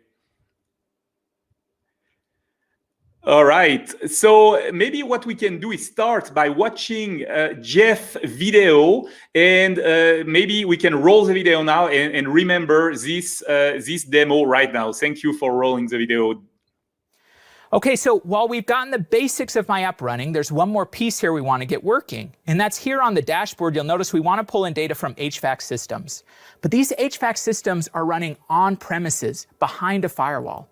So we need to be able to run one of our apps on premises next to the HVAC system. Now, usually when I run outside of Azure, this is where things get a bit more complicated with serverless. If I wanted to take something even like the dashboard that we started with, there's going to be a number of changes that I'm going to have to make so I can deploy it to run next to the HVAC system. So let's go ahead and jump back to the project to show what we would need to do. And the first thing is I'm going to have to figure out how to containerize the code that we wrote. So I'm going to need to learn and craft something like this Docker file. Likely, I'm going to be using something like Kubernetes to run everywhere, which now means I also have to learn and write something like this deployment manifest. All of these concepts, all of this YAML, this is all additional overhead that I didn't have to deal with before when I was just publishing to these Azure platform services. So how can we bring the benefits that we had before while still being able to deploy flexibly on the edge? And I can do exactly this with Azure Arc. With the new Azure Arc capabilities, I can deploy our application services anywhere the same way I deployed to Azure, just by changing the region. So let me go ahead and show you that now. Here, I've switched over to another project. This is a serverless workflow, a logic app. And you can see here what it's doing. First, I'm calling that HVAC system to get the APIs. I'm going to process it with some functions and update a SQL database. I love using tools like Logic Apps because it comes with another set of great features. In this case, here's over 400 connectors that I get out of the box. Each one of these icons is code that I don't have to write to integrate and process my data. Now, after I built this workflow, how do I get this running on premises? Well, I'm using Azure Arc, so let's just go ahead and change the region. Here on my project, I've got this environments file. Now, previously, we've been deploying to East US. So let's go ahead and create a new environment. We'll call it our edge environment. I'm going to set the location to Jeff US. And you may be asking yourself, what's Jeff US? I've never heard of that region before, which makes sense because this is a custom location only available in my subscription. In fact, this is Jeff US. This laptop has Kubernetes running on it. And I've registered it with Azure Arc with the custom location Jeff US. So by running Azure Arc, I can now run the entire application platform right on this device next to those HVAC systems. So let's go ahead and do that now. I'm going to come back in here and publish the changes we made on the regions. I'm going to use the same flow I did before, create a brand new commit in my code base, push that up to my GitHub account. It's kicking off those same GitHub actions. It's using the same Azure APIs. It's deploying that workflow and that function code. Here now in my subscription, there's that function, there's that workflow, but in this case, it's not running in East US. It's running on my laptop in Jeff US using Azure Arc. So coming back here to our dashboard, I can go ahead and update this HVAC system. There we go. The data has now come to life. I've been able to get my solution working across cloud and edge seamlessly. Wow, so that's really a pretty cool demo. And Jeff US, it seems so easy. He said, well, I just have Azure Arc running, but I'm not totally sure what it means. So Andrew, maybe you can explain that to us a little bit there. Yeah, so there's a small flow. It takes about 20 minutes to get up and running. So first off, you need to have a Kubernetes cluster, various CNCF distros available, and then you Arc connect that. So it becomes an Arc connected Kubernetes cluster. Then on top of that, we have a concept which is Kubernetes extensions. And this enables us to lay down some of the components for our services so that we can interact with them from Azure. So you would go into the connected clusters portal, look to extensions, and then you just add today the application services extension, which enables you to run web, function, and logic apps in this tool. We also launched event grid topics and API management gateway as well at Build, so they're pertinent to actually look at for customers as well. But once you've done that, we also pull in what we call a custom location, which is where you saw Jeff US. And what that really refers to is a namespace on the Kubernetes cluster. But to a normal user who's not comfortable with Kubernetes, it's a way to address where my resources are actually going to go. So it may be like my HVAC system in my factory in Oslo or something like that. And that's how you can refer to it. And then from there, you as an operator can hand over the cluster to your developers. Your developers don't need to know anything about Kubernetes, but they're comfortable with all of our primitives, web apps, functions, logic apps, and they just go through the same crate experience, the same dev tools, the same CLI, everything's the same. The only thing that they choose is, oh, I need to go to this location. And if you do it through a web app crate or anything like that in the portal now, you'll see custom locations, ACEs if you've got app service environments, and then all of the Azure regions. So they're all listed for you to easily find them, and it's the same deployment experience. And you'll start to see features such as deployment slots, CI/CD, which you referred to earlier. You can deploy containers, you can deploy code. So all of the same developer productivity primitives that we have in the managed service are now available to customers on Arc. Yeah, this is absolutely fantastic. I remember the first time I went into Kubernetes, I'm not a DevOps person, I'm not an Ops person. I was totally overwhelmed. And even though I have a long experience as a developer, so I love that I can have someone who actually understands it, take care of that, and then give me the location and I can just deploy. So this is awesome. So if people want to learn more about all that, about Azure Arc and everything that we saw at Build, where should they go? So there's documentation in both the portal, in the overview pages for all of the primitive services. So if you go to apps, you'll hit it, functions, logic apps, etc. But we've also got the notes in the show notes as well, which will accompany this broadcast as well. So you can go and the Yeah, you gave me quite a lot of links, so we are going to put all that in the show notes. The banner you just saw is for those templates that Jeff was actually using in the first part of his demo to deploy that. So basically, we have a whole pipeline, I should say, set up to make things easier. Thank you so much, Andrew, for coming on the show today and talking to us about Azure Arc. Continue to do some great work and making our life as a developer easier. Back to you, Frank, because I believe that you have another special guest, right? Yes, very excited to welcome Miao Zhang talk about API management. How are you? Hey, Frank. Nice to see you again. It's been a while since we talked last time. Really happy to be here. Thanks for having me. So yeah, well, I heard there was some big announcement about API management at Build. So could you start by explaining what it is and where are those news? Yeah, sure. So I actually have some slides. Let's quickly pull up my screen. So basically, we announced 2 new features in API management at Build. The first one is WebSocket support in API management. So essentially, this is one of the most requested features from our customers. The feature is currently in public preview, and essentially it allows customers to manage, protect, secure, and expose their WebSocket APIs in API management alongside their REST and SOAP APIs, so they can manage all these API, all these different API types in one place in API management. So the approach we took is WebSocket pass-through. Essentially, client applications will initiate WebSocket connections with API management gateway, and then API management will try to establish a corresponding WebSocket connection with the backend service, right? So there's this one-to-one mapping between client-side connection and the backend side connection. And once this pair of connections are established, API management will be able to proxy messages back and forth between the client application and the backend service. And the features that are available in public preview include CRUD, operations of WebSocket APIs in your API management instance for managing the new API type.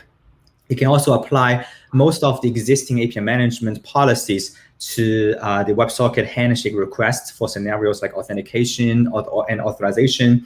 And for your API consumers, they will be able to browse your WebSocket APIs on the developer portal. They will be able to see documentations, to send test requests, and get onboarded to this API. We will also be providing metrics and logs for WebSocket APIs as well through our integration with Azure Monitor. So with that, I actually have a very quick demo to show you how it works. Let's roll the video. So essentially, I'm here in the Azure portal. This is my API management demo instance. So to add a new WebSocket API, I will just go to the APIs menu here. You can see there's a new tile called WebSocket API. By clicking on that, I can provide some metadata about my backend WebSocket service. So in this case, I'm just using a very simple echo service. It just sends back whatever it receives, right? So I just need to provide the WebSocket URL along with the name and display name. So now this API has been imported into my API management service. And there is an on-handshake operation, which allows me to apply API management policies to the WebSocket handshake requests for like authentication and authorization. And if I go to the test tab here, this is the test console in Azure portal. So I can easily send a test request to this WebSocket API. So first I need to connect to this API. So now we are connected. So since this is an echo API, I'll just try to send a hello world message to it. And as you can see, we just received hello world back, right? So we can keep sending and getting messages back. Good choice message. So that's on the Azure portal side. And we also have a developer portal for API consumers to discover the APIs, published APIs, right? As you can see, our newly published WebSocket API is listed here as well. And if I click on that, I can see the socket URL, I can see supported WebSocket protocols. And if I click on the try it button here, this is very similar to the Azure portal. So as API consumers, they can play with this API right from here within the developer portal without writing a single line of code. So for example, we can send another message here and we just got the message echoed back. So that is a quick demo of this feature. As you can see, it's very straightforward to publish a WebSocket API in API management. The process is very similar to how you would publish a REST API in API management before. So that is our first announcement at Build. The other new capability we announced is API management self-hosted gateway on Azure Arc for Kubernetes. So if you are familiar or if you are unfamiliar with our self-hosted gateway, it containerizes our gateway components in API management and enables customers to deploy it anywhere, right? It could be on-premises or in another public cloud. The self-hosted gateway expands our support for hybrid and multi-cloud environments and enables customers to securely and efficiently manage their APIs everywhere, right? And this feature has been GA'd since April 2020. So at Build, we announced self-hosted gateway on Azure Arc for Kubernetes. So what's new here is that with our integration with Azure Arc for Kubernetes, it enables customers to install the gateway component as a cluster extension in any Arc-enabled clusters, such as the famous Jeff US, right? That's pretty cool. I will need to interrupt you, Miao, because the time is flying, and I want to make sure we share again all the link where people can find more details. And like you provide more information, and API management is wonderful. So let's bring Laurent back so we can share all those links.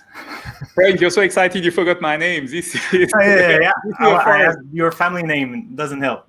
Thank you so much, Miao, for the explanation. It's really fascinating, all those services we have. So quickly, let's show a few links that we have. So here, the first link is a collection of learning paths. You know that we have Microsoft Learn.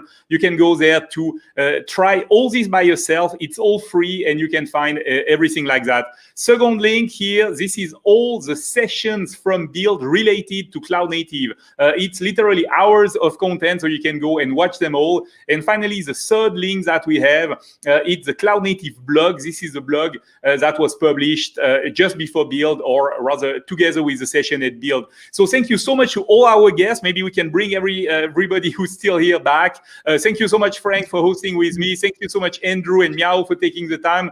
Shane, of course, for the container part. It was really amazing. And yeah, thank you so much for being there. Please, everybody, check our show notes, because this is where we will put everything. And then we have really tons of content related to that. Thank you so much for watching the best of Build, these 2 hours of content that flew really so fast. Everybody, take care of yourself and never stop learning. Thank you so much for watching. Bye.